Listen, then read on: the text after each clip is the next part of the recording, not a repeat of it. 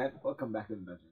Today in my video I'm going to talk about how to make these neat trees that I make for my dioramas and 3D terrain. I'm going to talk about two kinds of trees, some conifers and some birch trees, and I think you can probably use the technique to make a lot of other kinds of trees.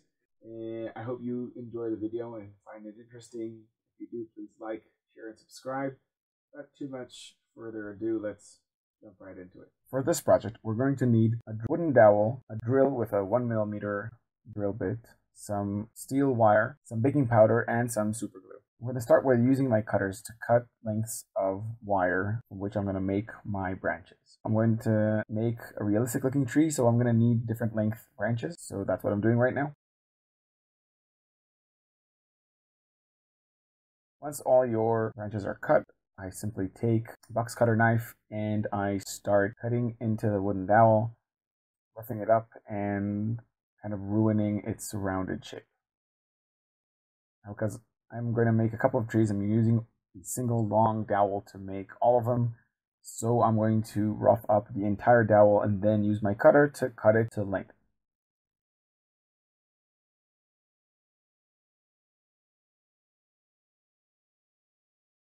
Now when you do this, be careful not to cut your fingers. It's very dangerous, so always remember to cut away from your fingers, not as I did right now. Once I've cut the wooden dowels to size, I start making the base and the top of each tree. I then sharpen the top of the tree trunk to make the top of the tree and flatten the bottom of the tree trunk to have a nice flat surface to place into the diorama or the tabletop terrain.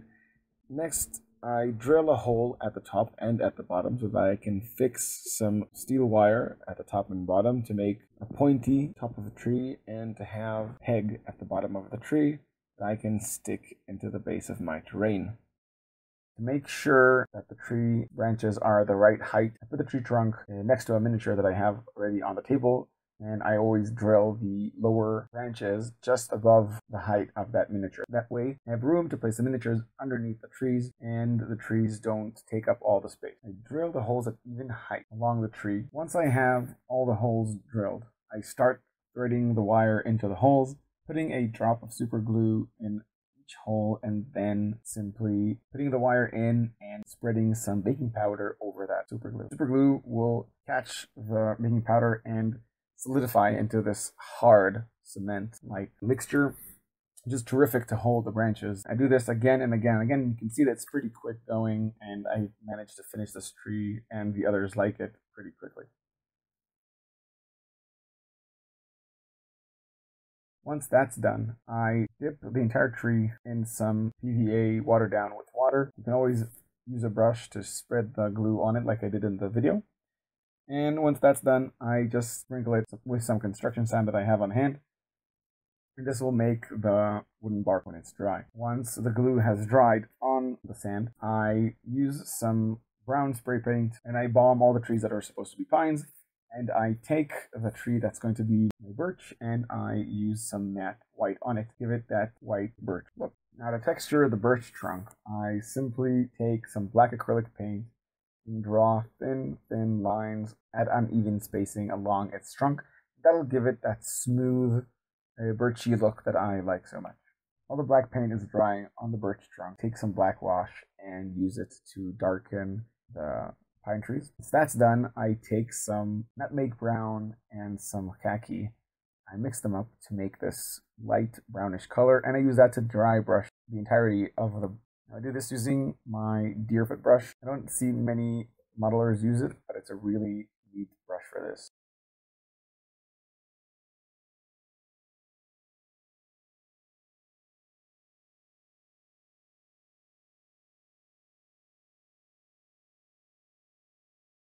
Once the wash is dried, it's time to put the foliage on the trees. What we're going to need for this is a mixture of different lengths of static grass, some 8, 10, 12, doesn't really matter as long as it's above 4.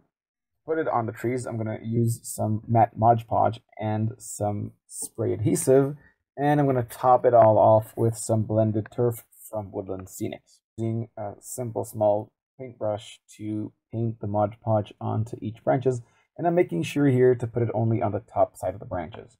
Then with my hands, just sprinkle some static grass over the branch. And I do this a couple of times till I get a nice cover. And I use my fingers to press the static grass down and flat on the branches, getting that flat, tiny branch look. Once I have a nice coat of static grass on the branches, I take the tree outside and use the spray adhesive to spray it from top to bottom, trying to get only the tops of the branches, and sprinkle some more static grass on it. This will thicken up the branches and give them a lot more substance and shape.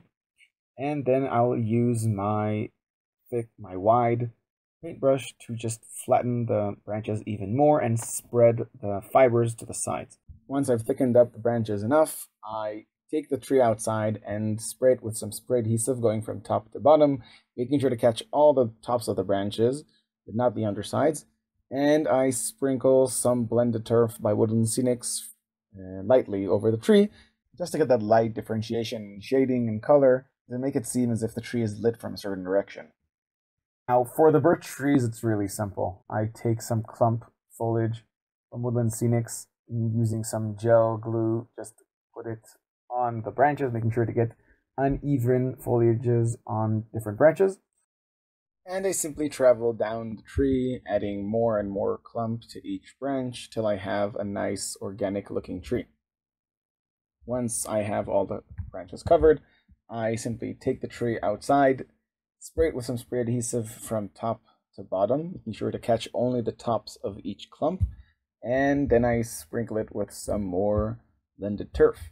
And again, just to give it that bit of shading and color differentiation.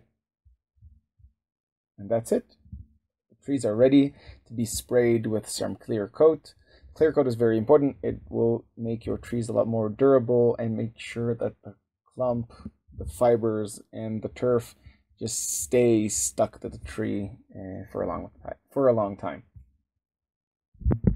And that's that.